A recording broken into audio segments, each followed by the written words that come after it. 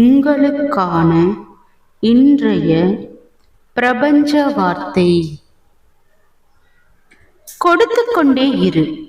காற்று எப்படி நல்லவன் தீயவன் என்று பாராமல் வீசுகிறதோ, சூரிய ஒளி எப்படி நல்லவன் தீயவன் என்று பாராமல் படுகிறதோ, மழை எவ்வாறு நல்லவன் தீயவன் என்று பாராது பொழிகிறதோ, அதை போல பிறரின் துன்பங்களை உன்னால் முடிந்தவரை முயற்சி செய்து தீர்த்து கொண்டே இரு.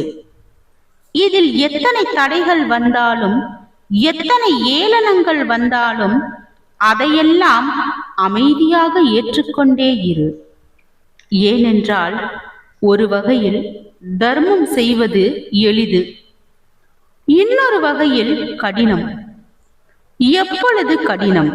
தர்மம் செய்ய செய்ய செய்ய இறைவன் சில சோதனைகளை வைப்பார்.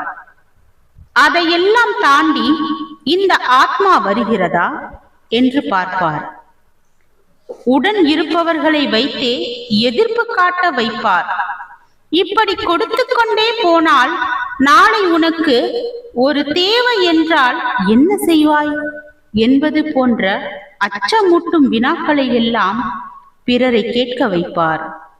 இது போன்ற தருணங்களிலெல்லாம் மனம் தடுமாறாமல், சோர்வடையாமல் தொடர்ந்து நல்ல வழியில் சென்று கொண்டே இருக்க வேண்டும்.